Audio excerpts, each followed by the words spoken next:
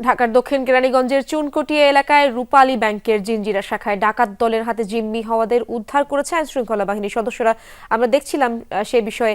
এ সময় ৩ ডাকাতকে আটক করা হয়েছে বলে জানা গেছে এবং চুনকুটিয়া এলাকায় রূপালী ব্যাংকের জিঞ্জিরা শাখায় দুপুর ২টার দিকে হানা দেয় ডাকাত দল। খবর পেয়ে এলাকায় মাইকিং করে স্থানীয়রা। ঘিরে ফেলা হয় ব্যাংকটি, তারপরে দ্রুত ব্যাংকটি বাইরে থেকে ঘিরে ফেলে পুলিশ, র্যাব ও সেনাবাহিনীর সদস্যরা। বিকেল ৫:৩০টার দিকে ৩টি গাড়িতে করে ব্যাংকটি থেকে জিম্মি ও ডাকাতদের নিয়ে বের হতে দেখা যায়। ব্যাংকটিতে গ্রাহক সহ ১০ থেকে ১২ জন জিম্মি ছিলেন বলে প্রাথমিকভাবে জানা গেছে। এ সময় ৩ ডাকাতকেও আটক করা হয়েছে বলে প্রাথমিকভাবে জানা গেছে। ডাকাতরা অপেক্ষাকৃত কম বয়সী বলে জানিয়েছে আইনশৃঙ্খলা বাহিনী।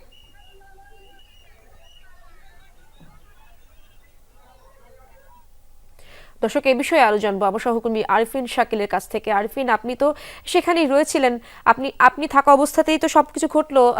আইনশৃঙ্খলা বাহিনী বিভিন্ন সময় তাদের সাথে সমঝোতার চেষ্টা করেছেন এবং এক পর্যায়ে কিন্তু সফল হলেন। ৩ ডাকাতকে ধরা গেল এবং আপনার কাছে জানতে চাচ্ছি যে সেখানে যারা জিম্মি ছিলেন তাদের সাথে কোনো কথাবার্তা হয়েছে কিনা, আপনার যোগাযোগ করা গেছে কিনা? না, এখন পর্যন্ত তাদের সাথে আসলে আমরা কথা বলবার চেষ্টা করেছিলাম, সেটি সম্ভব হয়নি, কারণ এখনও তারা নিচে নামেননি।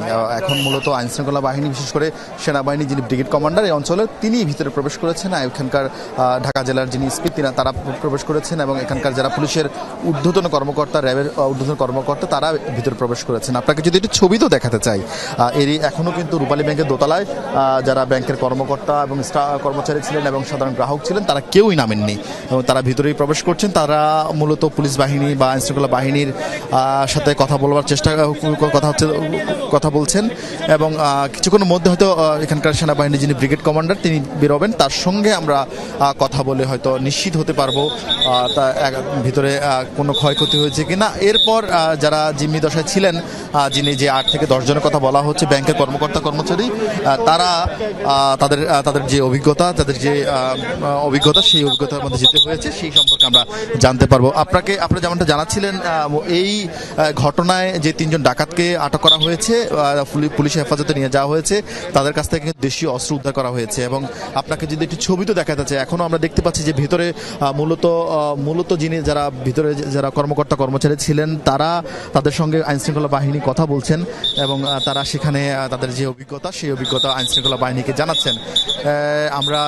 তারা নামলে হয়তো তাদের সঙ্গে কথা বলবো। তবে রূপালী ব্যাংকের যারা কর্মকর্তারা রয়েছেন তাদের সঙ্গে আমরা কথা বলছিলাম, তারা আমাদেরকে যেমনটা জানিয়েছে ব্যাংকের যারা ভিতরের স্টাফ ছিলেন তারা সবাই ভালো আছেন, কেউ কোনো হতাহতের ঘটনা ঘটেনি। ব্যাংকের যে ভোল্ট ছিল সেই ভোল্ট অক্ষত রয়েছে, কিন্তু কোনো আর্থিক কোনো ক্ষয়ক্ষতি হয়েছে কিনা সেটি এখন আসলে তারা নিশ্চিত করতে পারেনি, কারণ ভেতরে যারা ম্যানেজার ছিলেন কিংবা যারা সহকর্মীরা ছিলেন তাদের কাছ থেকে বের না হওয়া পর্যন্ত তাদের সেই তথ্য তারা নিশ্চিত করতে পারবেন না। আমরা যিনি সেনাবাহিনী ব্রিগেড কমান্ডার তার সঙ্গে কথা বলবার চেষ্টা করব, যদিও সেনাবাহিনীর সদস্যরা চারপাশে আসলে ঘিরে রেখেছেন, তার সঙ্গেও কথা বলবার আমরা চেষ্টা করতে পারি। তার কাছ থেকে জানতে চাইব এখানকার ভিতরে যারা জিম্মি ছিলেন তারা কি জানালেন এবং কোনো ক্ষয়ক্ষতি হয়েছে কিনা। তবে আইনশৃঙ্খলা বাহিনীর পক্ষ থেকে যেটি নিশ্চিত করা হয়েছে, ডাকাত দলের সংখ্যাটা আসলে আরেক লম্বা এবং অনেকে বাইরে অবস্থান করছিলেন এবং সবসময় এই ধরনের সংঘবদ্ধ ডাকাতির সময় যে ধরনের চিত্র বরাবরই আমরা দেখি, একটি অংশ ভিতরে প্রবেশ করে একটি যখন বাইরে পাহারা দেয়। আজকেও কিন্তু এই ধরনের ঘটনা ঘটেছে, যদিও শুধুমাত্র ভিতরে যারা প্রবেশ করছে তাদেরকেই পুলিশ আটক করতে সক্ষম হয়েছে। বাকিরা জনতার উপস্থিতি পেয়ে তারা কিন্তু এখান থেকে সটকে পড়েন এবং বিকেল যেটা আমরা জানাচ্ছিলাম যে দুপুরের পর থেকেই পুলিশ সদস্যরা তাদের সঙ্গে দফায় দফায় আসলে সমঝোতা করার চেষ্টা করেছিলেন, তাদের কাছে জানতে চেয়েছিলেন তাদের চাহিদা রয়েছে কিংবা তাদের কোনো মুক্তিপণ রয়েছে কিনা। সেই ক্ষেত্রে তারা পুলিশের সঙ্গে তাদের এক ধরনের বোঝাপড়া তৈরি হয়। এরপর কিন্তু তাদেরকে 5:15 নাগাদ তাদেরকে ভিতর থেকে দেশীয় অস্ত্রসহ তাদেরকে সেখান থেকে বের করে নিয়ে আসা হয়। 3 জন সদস্যকে নিয়ে আসা হয় এবং সেই 3 জন সদস্য আসার পর পুলিশের বাকি সদস্যরা ভিতরে প্রবেশ করেছেন এবং জিম্মি দশায় যারা রয়েছেন তাদের সঙ্গে কথা বলছেন এবং স্বাভাবিকভাবেই এই সময় এই ধরনের অভিজ্ঞতার মধ্য দিয়ে যারা যান তারা একটি মানসিকভাবে তারা আসলে বিধ্বস্ত থাকেন। ফলে তারা তারা মানসিকভাবে বিধ্বস্ত অবস্থা থেকে তাদেরকে স্বাভাবিক করারও চেষ্টা করা হচ্ছে, প্রস্তাব করার চেষ্টা করা হচ্ছে, তারা যেন কোনো ধরনের বিচলিত না হন এবং তারা যে নিরাপদ রয়েছেন সেটি মূলত তাদেরকে আশ্বস্ত করা হচ্ছে। এবং ব্যাংকের পক্ষ থেকে যে রূপালী ব্যাংকের পক্ষ থেকেও কোনো আর্থিক ক্ষয়ক্ষতি হয়েছে কিনা সেটিও নিরূপণ করার জন্য তাদেরও সিনিয়র কর্মকর্তারা এসছেন। আমরা সেনাবাহিনীর ব্রিগেড কমান্ডার যিনি এসেছিলেন তিনি বেরিয়েছেন, কিন্তু তার সঙ্গে কথা বলবারও চেষ্টা করব, ঠিক তিনি কথা বলবেন কিনা আমরা আসলে নিশ্চিত নই, তবে তিনি বের হচ্ছেন সম্ভবত।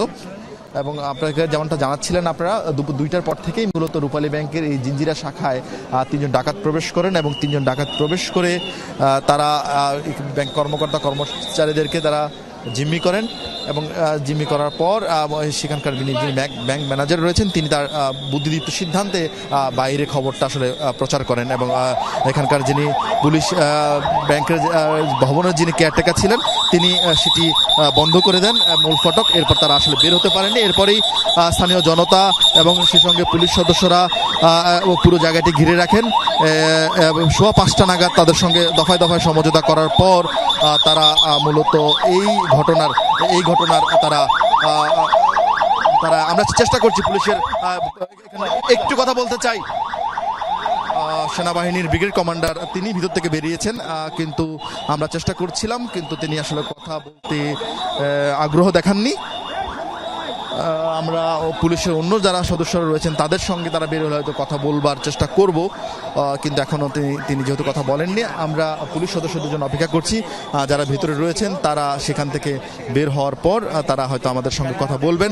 এবং যেমনটা বলছিলাম যে 3জন ডাকাত যারা বেরিয়েছেন তাদেরকে পুলিশ হেফাজতে নিয়ে যাওয়া হয়েছে। তাদের কাছ থেকে কিন্তু দেশীয় অস্ত্র উদ্ধার করা হয়েছে এবং আগ্নেয়াস্ত্র ছিল তাদের সঙ্গে। তবে তারা সেখানে তারা কোনো ধরনের ভিতরে থেকে কোনো ক্ষয়ক্ষতি হয়েছে কিনা কিংবা কোনো আর্থিক ক্ষয়ক্ষতি হয়েছে কিনা সেটি নিশ্চিত করা যায়নি। আমরা পুলিশের এখানকার যারা কর্মকর্তা রয়েছেন তাদের সঙ্গে কথা বলবার চেষ্টা করব। এবং আপনারা দেখতে পাচ্ছেন পুলিশের বিশেষায়িত ইউনিটগুলো চলে আসা হয়েছে।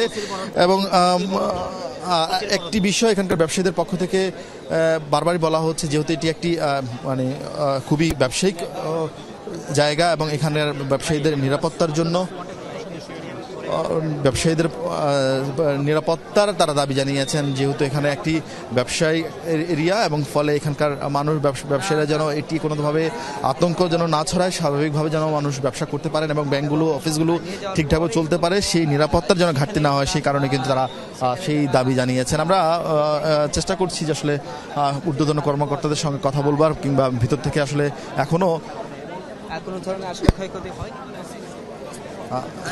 আমরা একটু চেষ্টা করবো যারা শুরু থেকে ছিলেন তাদের সঙ্গে একটু কথা বলবার, একটু জানতে চাইবো যে আসলে তারা আসলে সকালবেলা বা দুপুরের নাগাদ কি হয়েছিল। আমরা চেষ্টা করছি তাদের সঙ্গে একটু কথা বলবার। আমরা একটু জানতে চাই আসলে কি হয়েছিল সকাল দুপুরবেলা, আপনারা কি আসলে জানতে পেরেছিলেন, কি দেখেছিলেন? জি ধন্যবাদ। আমরা দুপুর আনুমানিক 1টার সময় আমার কাছে একটা ফোন আসে যে চুনকুটিয়া বেবি স্ট্যান্ড যে রূপালী ব্যাংক আছে এখানে ডাকাত ঢুকেছে এবং মাইকে ঘোষণা দেওয়া হয়েছে। আমরা খবর পেয়ে দলীয় লোকজন এবং এলাকাবাসী এখানে অবস্থান নেই এবং এটাকে ঘিরে রাখি।